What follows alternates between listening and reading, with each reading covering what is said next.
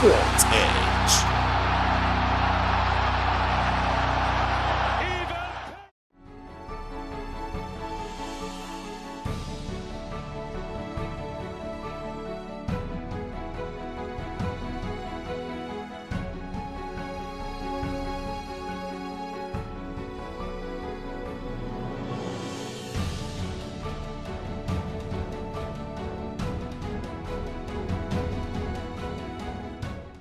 All right, it's a beautiful day, and I'm so glad to have you all join us today on Sports Edge Galaxy Television. Yes, we are in a Skype interview with a member of the Nigerian Calling Federation. It's one of the caller too for Nigeria. We're here with Harold Woods. He's a Nigerian decent, but would say that he's one of the players when it comes to calling in Nigeria. Well, a good day to you, Harold. Good day to you. How are you doing today? I'm good. And you? I'm doing well. I'm doing well. Now let's go straight to business of what we got today. Now, looking at Nigerian Curling Federation, we've heard of the news over there where you broke the record, being the first African side to qualify for a curling competition there. Now, we want to ask some questions over here and want to know how you've taken this as being having to represent Nigeria in this sport. Now, why did you choose Nigeria and how long have you been curling? I'll start with the last question. I've been curling for about 3 years now. This has been my third season, and I chose Nigeria because that's my ancestral home. There was no other way that I wanted to do this, and being that everything that we've done is a way of making history. We're the first nation in Africa to curl. So in a sense, we're not only just representing Nigeria, we're representing all of Africa. And that's such an honor for me. And I take it very seriously every time that I step onto the ice, every time I'm training, every time I'm doing cross training. It's of utmost importance that I'm representing you, everyone watching, and everyone across the entire continent. Wonderful. So why call for Nigeria? You were born over there in the United States. Why not call for the United States? It's the opportunity to make history. This is something that is important to me to let the world know that, a lot of times people think that Nigeria is only a summer sport country for the Olympics, with track and field and everything else, but that we're a country that can and will be competitive in all phases, and that we are to be taken seriously with any pursuit that we take up. That's a wonderful one coming from you over there. Now, with the fact that curling is a winter sport, and Nigeria, we know the kind of weather we've got over here. We've got summer, we've got the rainy season, and all that. How do you think this sport will be able to survive in Nigeria, or do you only have to curl over there in the United States?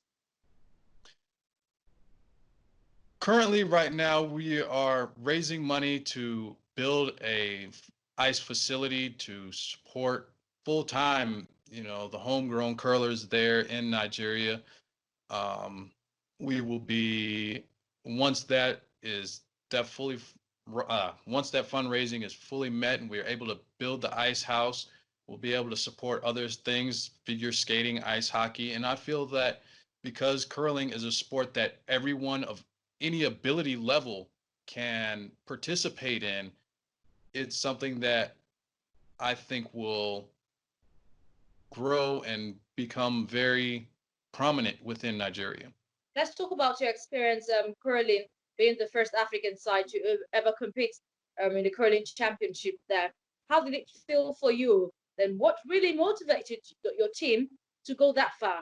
I don't want to say that I'm proud of all that we accomplished because there's so much more that we want to do. Yes, we've played in a world championship at the Mixed World Championship. Yes, we've played at the Pacific Asian Curling Championships last year in China. But we also want to represent Nigeria for the Olympics. So yes, we've taken these steps, but there is so much more we want to accomplish. And that's all of our focus. Anytime that I step on the ice, I know that I'm representing not every Nigerian across the world, because there are Nigerians everywhere.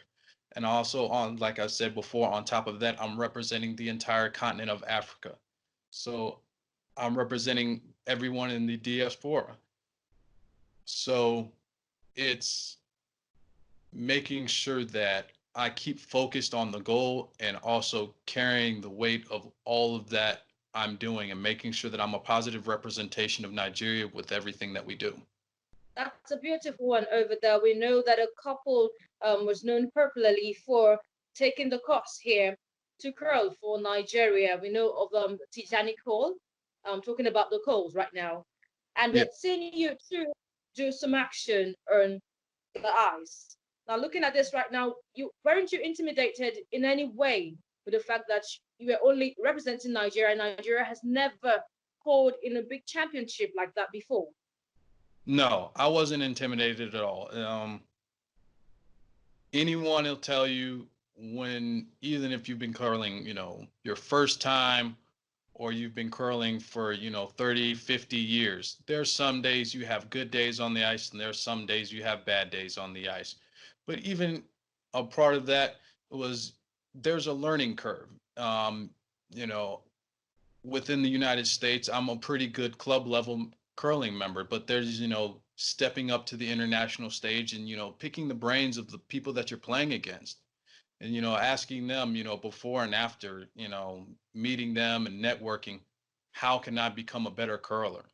What can I do to improve? What's your training regimen? Making sure that, you learn within you take in every opportunity that you have, to make sure that you continue to be the best and continue to strive to reach your goals. And our goal is ultimately to reach the Olympics. Wonderful. Okay, we know that this sport is not that popular over here in Nigeria, and we know it requires a lot when it comes to the equipment being used, the whole training facilities and all that. How do you get to train over there? Do you find it difficult or a bit challenging to train over there as a Nigerian who is also going to ice? Well, training for here in the United States, I mean, it's summer here, or it's approaching summertime, so all the ice facilities have closed down. And also, we've also had struggles with the coronavirus. But during the winter time, when the ice facilities are open, I've been sponsored by one of the local clubs here that, in turn for me representing, the Peachtree Curling Association, they let me have free ice time and training time as I need. So I'm able to train pretty well here. During the summer, I take up cross training, running, weightlifting, and some other activities. Looking at Nigeria, let's have our focus right now. We know every single person who, sport person who has represented Nigeria in that international front there, they always come back here to the home ground to show their talents, to show all they've achieved. When do you think is the time for you to come over to Nigeria, the country which you are representing over there, to then show all that you have achieved in order to give back to the community? Absolutely. We usually annually we have a open curling clinics. Last year we had one at the we had a couple of them at the National Stadium in Lagos.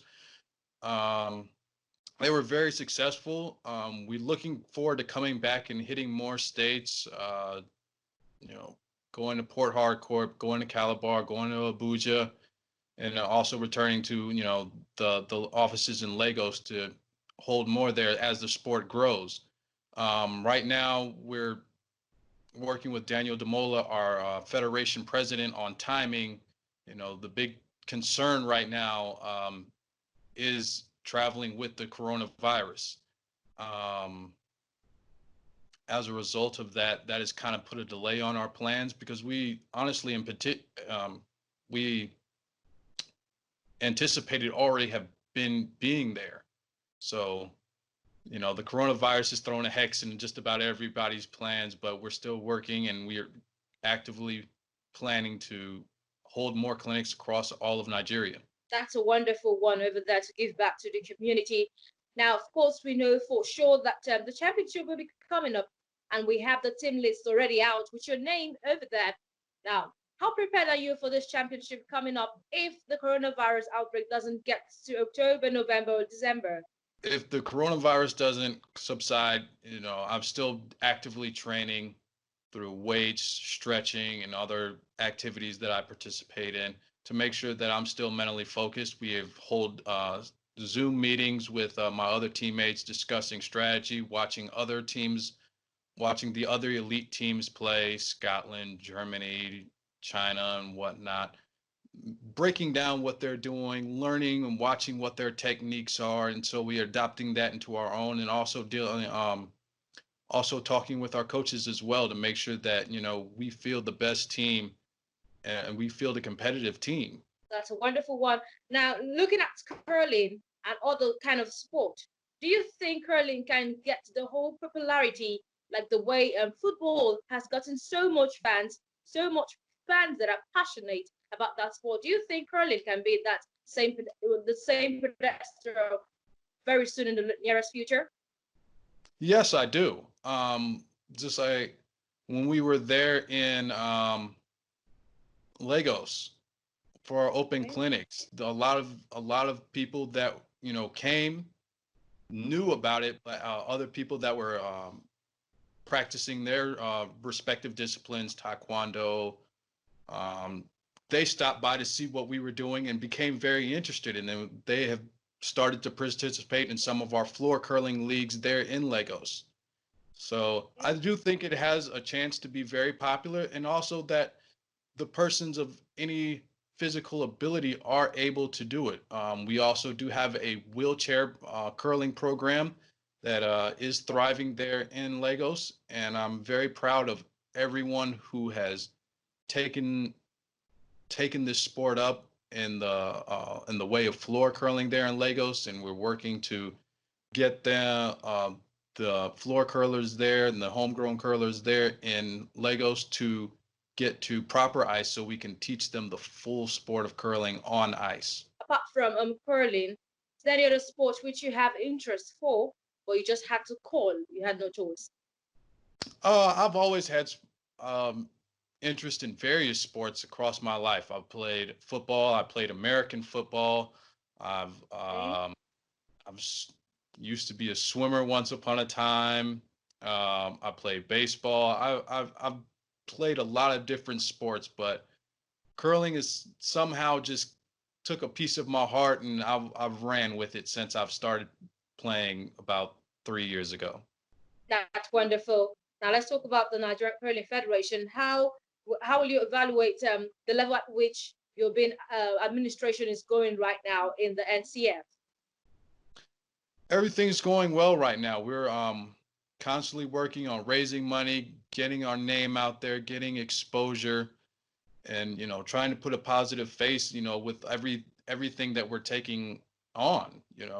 Everything we're doing is first for us, and every step is making sure that I'm displaying Nigeria and the Nigerian Curling Federation in a positive light, but also making sure that I also am keeping myself in peak performance shape, so that if any time they say, Daniel or TJ contacts me and says, hey, we have a tournament, I'm able to Okay. be there physically and mentally ready to perform at a high level. Okay, I want you to expatiate right now how curling is being played. We know you're a skipper. What is expected of a skipper? Then how many persons are supposed to curl? How is it done? Just expatiate right now for people who don't understand the sport itself. Well, initially, I, as a skip, my job is to set the strategy for the team. Um, Okay. you know, Curling has been described as chess on ice, so there's a lot of strategy that goes on to it. But in general, there are four people that are on each side of a full curling team. Mixed doubles is a completely different strategy. The equipment's the same, but the strategy and the rules are a lot different. Um, but for a four-person team, each person throws two stones, and the other, well, I would say the first person will throw the first two stones. The second person on your team throws the two stones. The vice or the third throws the third two stones. And I, as the skip, throw the last two stones. Each team alternates throwing stones. So one team, one team, one team, one team, all the way until all the stones are thrown. What's made curling, what gets people's attention about curling is usually the sweepers because they're working so hard, and I appreciate my the people who sweep for me: TJ, Carole, Susie, and Fabian. They all do an amazing job, even though I scream at them the entire time. It's all in the spirit of curling. But when you throw the stone and they're sweeping, what they're trying to do is control the stone or alleviate the directionality of the stone to make sure it gets to the proper place where I've asked them, from the other end to where they to where I want the stone to end up. Sometimes it happens, sometimes it doesn't, but that also comes into the strategy, being able to adjust on the fly to make sure that you get the strategy that you want. And at the end of when all of the stones have been thrown by both teams, whichever team has the most of their color stones closest to the center is the team that scores for that end. So only one team can score per end. And a game usually lasts 8 to 10 ends. And after that, after each of the ends, only one team can score. And then after you finish the 10 ends, that's the end of the game. Now, looking at how many teams do you have to play with or get qualified? In the mixed world championships, I believe there were 42 teams there. So they divide each, the WCF divides everyone up into their individual groups and Okay. for that championship. And you play all the teams within your groups, and the top teams of those groups go into the knockout stages. Wonderful. Okay, looking at countries who you've faced up with before, while playing, which of them do you think is a powerhouse when it comes to curling? For the men's team, and at the Pacific Asian Curling Championships, I would have to say that Korea is an extremely strong team. Korea, China, and Japan are very, very strong teams. Tell us about your coach and his philosophy of play. Our coach is Vicky Gumley. She helped us out at the mixed world championships when we were in Scotland. A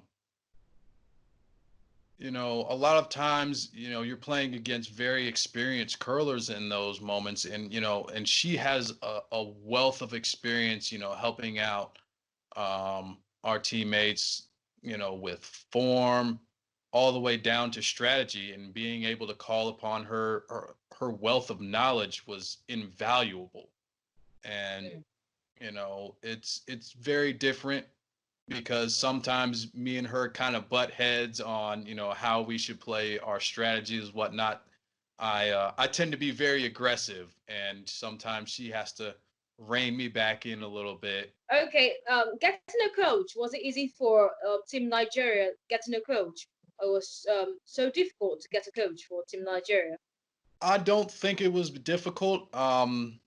I believe that was more in the wheelhouse of our technical training director and also the vice, TJ Cole, Yeah. who has been very popular. But I've also received, emails and messages from other coaches around the world who have been interested in wanting to coach us, and other countries and federations have offered us, time for, it's like, if you guys can get out here to, our various facilities across the world, we'd love to be able to coach you. So Wonderful. It's a nice one talking to you right now. But let's put you on the spotlight.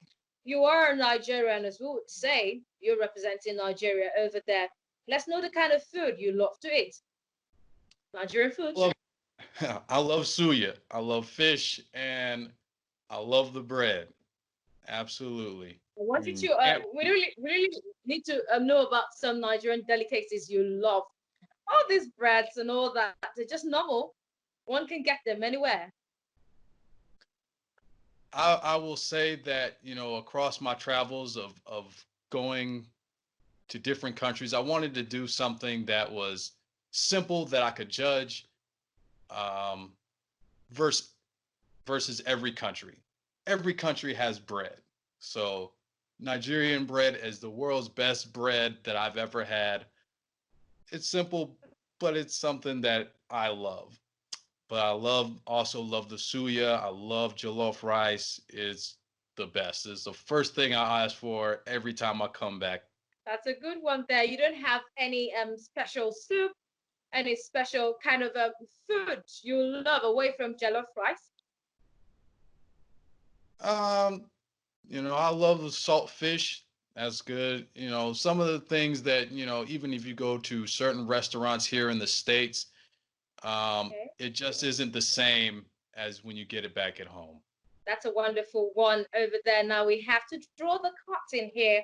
But before we do, I want you to tell every single fan over there interested in curling in this sport what they stand to gain if they join in, and also the grooming the young ones who are interested over here.